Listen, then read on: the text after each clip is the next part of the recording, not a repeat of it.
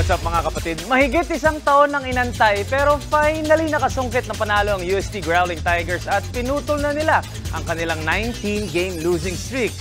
In control halos buong laro ang UST kontra FU Tamaraos at nagwagi sa dulo ang Tigers 68-62. Nanguna para sa mga taga-Espanya si Nick Cabanyero na nagtala ng 23 points and 6 rebounds. Sumunod naman dyan si Christian Manaytay na may solid double-double 10 and 11.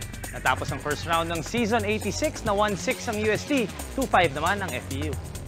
At sa main game kahapon, pinakita ng Ateneo Blue Eagles kung bakit sila ang defending champions. Tinalo ng Ateneo ang kanilang kapitbahay UP Fighting Maroons at binigay sa kanila ang unang talo nila this season. Kinailangan pa ng extra period para sa napaka-exciting na bakbakan at natapos ang laro 99-89 para sa Ateneo. Si Mason Amos ang kumamada with 19 points and 10 rebounds habang nag-ambag naman ng 17 points si Chris Kuhn.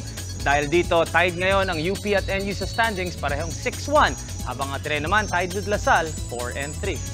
What's up mga kapatid? It's your sports Tito Mike Reyes at huwag magpahuli sa mga umaaksyong bakbakan at harapan sa loob at labas ng bansa.